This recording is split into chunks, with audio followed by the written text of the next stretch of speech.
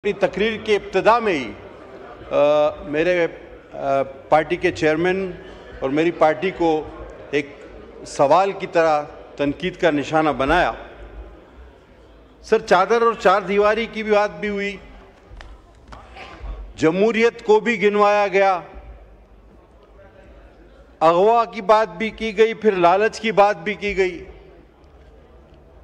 और फिर ये तासुर दिया गया कि ये जो कुछ हुआ ये ना नजर आने वाली कुव्वतों ने किया, आपने कुछ नहीं किया। सर, इन तमाम बातों के जवाब देने से पहले इस ऐवान में मौजूद मुख्तलिफ जमातें, जमीयत उलमा इस्लाम, सुन्नी इत्तेहाद, सो कॉल सुन्नी इत्तेहाद कौंसिल और जो पीटीआई भी है, मुस्लिम लीग नून, पीपल्स पार्टी और भी जो पार्टियां हैं, एएनपी, बीएनपी। सर, सियासत में हमेशा एक राह मुतय्यन की जाती है अपनी सियासी जद्दोजहद की। जमीयत उलमा इस्लाम की राह मुतय्यन है कि जी हमें शरीयत लानी है, समझ में आता है। पाकिस्तान पीपल्स पार्टी किसी तारुफ की मोहताज नहीं, हर आमिर से लड़े हैं, फांसियां, कत्ल, धमाके, सजाएं सारे हमारे हिस्से में, जमहूरियत के लिए जद्दोजहद कर रहे हैं। सबको समझ में आता है कि जमहूरी मुकम्मल निज़ाम इंशाल्लाह लाकर रहेंगे, समझ में आता है। मुस्लिम लीग नून, जो हकीकत है कि वो आईजीआई की सूरत में बनी, एंटी पीपल्स पार्टी फोर्स की सूरत में, लेकिन वक्त के साथ साथ उसने इवॉल्व किया और एक जमहूरी जमात बनी और उनकी भी समझ में आया कि जी पाकिस्तान पीपल्स पार्टी ठीक ट्रैक पे थी, हमें इस्तेमाल किया गया। इवन मुत्तहिदा कौमी मूवमेंट की इख्तिलाफ से मुझे बहुत इख्तिलाफ उनकी सियासत से हो सकता है, लेकिन उनका मकसद समझ में आता है कि जी उनको अपने हुकूक चाहिए। लेकिन क्या इस ऐवान में और पूरे पाकिस्तान में मुझे कोई समझा सकता है कि ये सो कॉल सुन्नी इत्तेहाद कौंसिल या पीटीआई किस मकसद की सियासत कर रही है, तायुन क्या है, मंजिल क्या है? हर जमात इलेक्शन में हिस्सा लेती है, वो ये सोचती है कि मेरी सीटें ज्यादा हुई तो हम हुकूमत बनाएंगे और आवाम को ये रिलीफ पहुंचाएंगे। 15 साल के एक अंडू पाकिस्तान खुदा न खास्ता उस प्रोजेक्ट के जरिए जो कई पीछे जर्नलों के, रिटायर्ड जर्नलों के नाम आते हैं, पाशा से लेकर ज़हीरुल इस्लाम तक, उनका जो प्रोजेक्ट था वो 15 साल बाद 18 में आरटीएस सिस्टम के जरिए हम पर नाफिज किया गया और 4 साल मुझे आप बताएं, मुल्क का वो शोबा जिसमें हम इंतहाई जवाल पजीर न हुए। और आज अगर आप सियासत कर रहे हैं तो इस बार भी सिंगल डिजिट में आप सबसे अक्सरियती जमात थे। हमने आपको कहा था कि आप आगे बढ़ें, आप हुकूमत बनाएं। आपने हुकूमत नहीं बनानी। अच्छा, दूसरा, अगर कोई हुकूमत बनाए तो आपने हुकूमत को चलने नहीं देना कि जी ये तो होना ही नहीं चाहिए। तो मेरे भाई, अगर आप नंबर ज्यादा होने के बावजूद हुकूमत बनाना नहीं चाहते जी, अपनी सीट पे जाएं। दूसरे आप सीट पे जाएं, किसी जमात को आप हुकूमत करने नहीं देना चाहते तो डायरेक्टली या इनडायरेक्टली 1 मिनट आप अब देखें, मैं इसी रवैये की बात कर रहा था कि ये सियासत समझ से बालातर है कि आप झूठ बोलें, धड़ल्ले से झूठ बोलें, दरोगोई करें, हकायक को मस्क करें, और जब आपके सामने कोई आईना दिखाने आए तो कभी कोरम के बहाने भागें, तो कभी फोरम के बहाने भागें, तो कभी किसी और बहाने से भागें। भागने के अलावा इनके पास कोई रास्ता नहीं बचा। लेकिन अल्हम्दुलिल्लाह हमारे लोगों ने भी कोरम पूरा करके इनको गिरबान से पकड़ के यहाँ बिठाया है कि बात सुनो, बात किए तो जवाब भी लेते जाओ। तो जनाब, हम ये बात कर रहे थे कि आखिर इस सियासत का मकसद और महवर क्या है कि ना हुकूमत बनानी है, ना किसी को बनाने देनी है, ना चलानी है, ना चलने देना है। इनफैक्ट ये वो 4 साल हैं जिसमें पाकिस्तान माशी दिवालिया हुआ। खुद इनके वजीर खजाना कहते हैं कि 100% कर्ज बढ़ा। मैं डिटेल में नहीं जाना चाहता, मैं जाऊं तो 50 लाख करोड़ नौकरियों से लेकर जर्मनी जापान सारा बयान कर सकता हूं। मैं सारी वो दीवानियात बयान कर सकता हूं जो इस मुल्क के साथ मजाक हुआ। लेकिन मैं प्रिसाइज होऊंगा, मैं कहूंगा कि सर जो गलत हुआ वो कल भी गलत था, जो आज गलत अगर हो रहा है तो वो आज भी गलत है। आज साबिक स्पीकर साहब बड़ी तनकीद कर रहे थे, हालांकि वो आखिरी तक भी ये समझ रहे थे कि हकायक पर और अच्छी दलीलों पर मौलाना साहब राजी नहीं होंगे और उनका ये प्लान कामयाब होगा कि आईन में पार्लियामेंट की सुपरमेसी ना आ सके और ये इस प्लान में शायद कामयाब होंगे। लेकिन मैं खराज तहसीन पेश करता हूँ मौलाना फजलुर रहमान साहब को, उनके साथियों को जो अकली दलाइल पर कायल हुए और उनका प्लान नाकाम हो गया। तो सारी जलन उस चीज की। अफसर आते हैं चादर और चार दीवारी। मैं कहता हूं कि ये शिकायत जरूर करें, लेकिन पहले हमेशा ये बात करें कि जी हमारे दौर में ये गलत हुआ था, आज इस दौर में ये गलत हो रहा है। ये अपने दौर की किसी बात को कंडेम नहीं करते। अगर चादर और चार दीवारी की बात थी तो आप बताओ कि यहाँ हमारी एमएनए खवातीन डॉक्टर सोबिया समेत शाहिदा रहमानी समेत सिर्फ नेब की एक पेशी पे अपने प्रेसिडेंट को मिलने गई। 11 खवातीन को आपने सड़कों पे घसीटा, लॉकअप में। वो 11 खवातीन आपका क्या कर लेती? MNS parliamentarian. हमने इस हाउस में एहतजाज किया। यही स्पीकर जिसको बहुत शर्म आ रही थी, अभी आपकी कुर्सी पर बैठा था, उस वक्त इसको शर्म नहीं आई, बिल्कुल भी नहीं आई, एक थोड़ी सी शर्म भी नहीं आई। क्यों नहीं आई? आपको उस वक्त चादर चार दीवारी का तस्वर नहीं था। जब ईद की रात को मेरी बहन को आपने जेल से उठाकर रात को 12 बजे अडियाला जेल में भेजा, चादर और चार दीवारी आपको याद नहीं आई?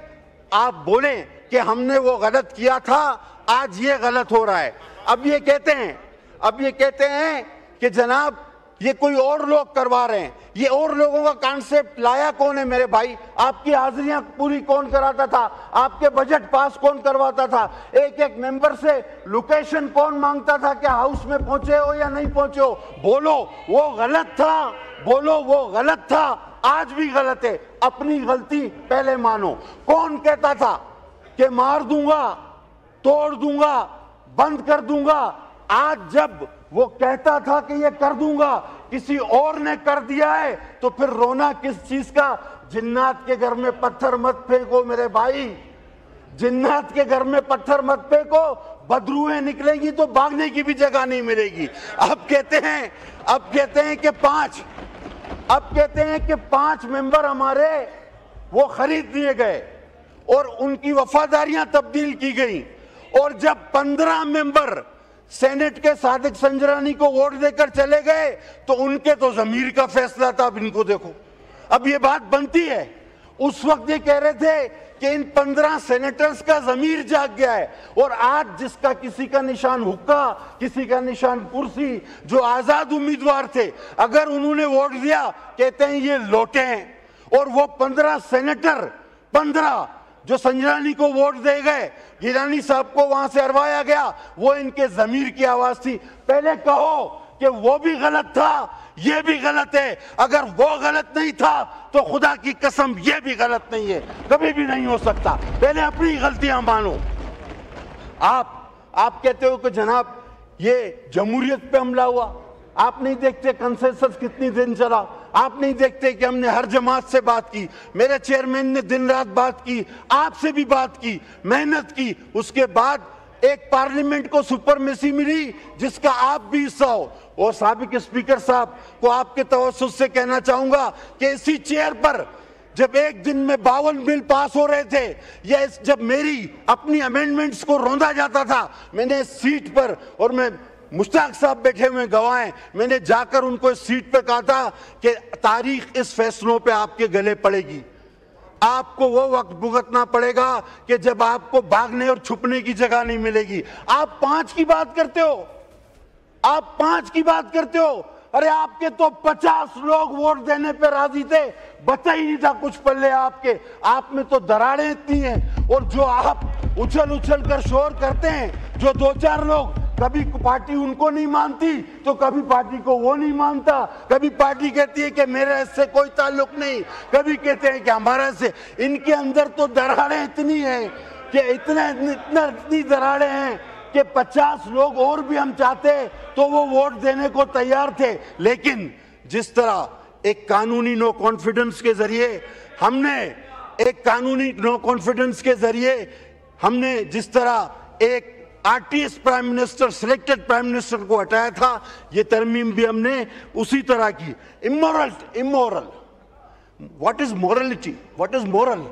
आप जानते क्या है मोरल के बारे में? मोरल है क्या? मोरल यह है कि स्टेज पे खड़े होकर नकलें उतारना, दैट वाज मोरल। आप सारी रात डांस करवाना और तस्बीह हाथ में, ये मोरल है। और अगर आपको कोई कहे कि आपने यू टर्न ले लिया, तो क्या यू टर्न लेना सियासत में जरूरी है? झूठ बोलना तो जरूरी है। ये मोरल है। मैं किस बात की बात करूं? मैं अगर शुरू हुआ तो सारी रात कम पड़ जाएगी आपकी मॉरलिटी पे। मैं सिर्फ इतना कहना चाहूंगा, आज अभी कहते हैं कि ये गैर जमहूरी हुकूमत है, और बाद में क्या कहा आखिरी में? कहता हमें फंड दे दो। अभी ये बात सुनो भाई, गैर जमहूरी हुकूमत, जाली हुकूमत, आखिरी में बोला हमें केपीके को फंड दे दो। तो गैर जमहूरी जाली हुकूमत से फंड क्यों मांग रहे हो भाई? क्यों मांग रहे हो? एक ही सांस में 2 बातें की कि गैर जमहूरी जाली हुकूमत है, केपीके को फंड दे दो। अकल की बात है ये कोई? जनाब, हम जमहूरी लोग हैं, हमने आपको कभी भी ये नहीं कहा। इस बेंचों से आपको याद होगा, इन दोस्तों को याद होगा कि इनकी हुकूमत में हर दूसरे दिन सिंध के लिए गवर्नर राज का नारा लगता था। हर मेंबर खड़ा होता था, हम सिंध में गवर्नर राज लगाएंगे।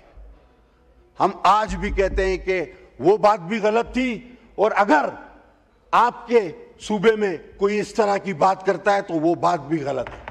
हम आज भी ये कहते हैं हम जमहूरी लोग हैं, लेकिन क्या आपने अपनी इस गलती को इस स्टेज पर माना है कि हम ये गवर्नर राज की जो आपको धमकियां देते थे वो गैर जमहूरी था? हर आदमी रोजाना धमकियां देता था। हमने आज तक नहीं कहा।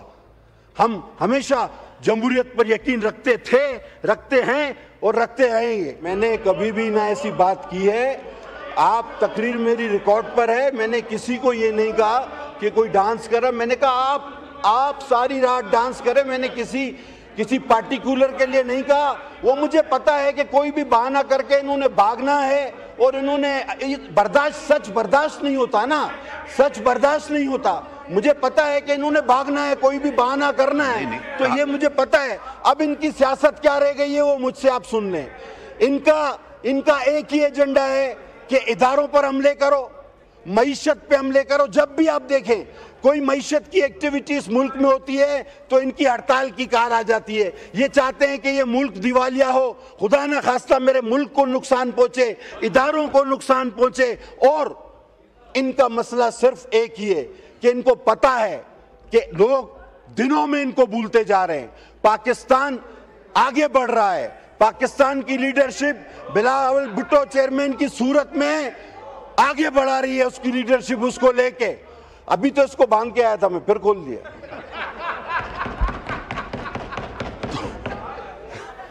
ये तो अभी बांध के आया था मैं। तो बहरहाल जनाब अली, अब कौम समझ चुकी। अच्छा, ये पहले कहते थे हम आएंगे, 1 अरब उसके मुंह पे मारेंगे, 2 अरब उसके। वो कोई अरब मरब नहीं, बल्कि पता नहीं कितने अरब जेब में डाल के चले गए, IMF से कर्जे लेके चले गए। और ये अब किस बुनियाद पे सियासत कर रहे हैं कि हमें क्यों मौका दो? आपने सारे मौके गंवा दिए। आपने इदारों पर हमले कर लिए, मईशत पे हमले कर लिए, मुल्क को तबाही के दाने पे ले आए। आपने इदारों पे 9 मई जैसे वाकयात कर लिए जो इंडिया नहीं कर सका। अब आपके पास कोई जवाब नहीं सियासत का, कोई जवाब नहीं सियासत का, लिहाजा अब आप में दरारें पड़ना शुरू हो गई हैं।